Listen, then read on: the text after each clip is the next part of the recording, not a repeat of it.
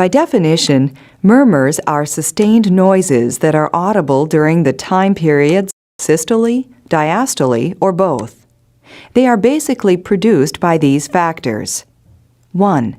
Backward regurgitation through a leaking valve or septal defect. 2. Forward flow through a narrowed or deformed valve or conduit or through an arterial venous connection. 3. High rate of blood flow through a normal or abnormal valve. 4. Vibration of loose structures within the heart, i.e., chordae tendineae or valvular tissue.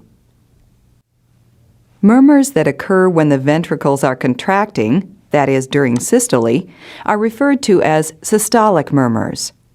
Murmurs occurring when the ventricles are relaxed and filling, that is, during diastole, are referred to as diastolic murmurs.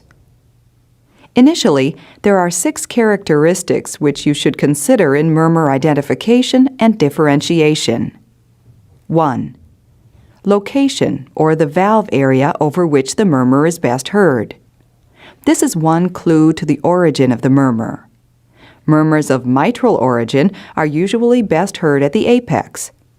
Tricuspid murmurs at the lower left lateral sternal border, and pulmonic murmurs at base left. Aortic systolic murmurs are best heard at base right, and aortic diastolic murmurs at Erb's point, the third intercostal space to the left of the sternum.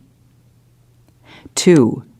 Frequency, pitch, low, medium, or high. 3.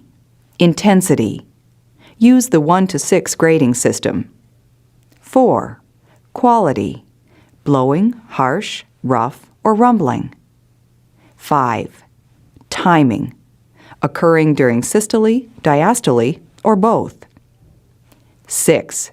Radiation, areas where the sound is audible in addition to the area over which it is heard best. 2 additional characteristics may be considered as you become more adept at auscultation. These are 1. Finer timing, determining if murmur occurs early, mid, or late during systole or diastole. 2. Other changes related to respiration, position, special maneuvers, or drugs.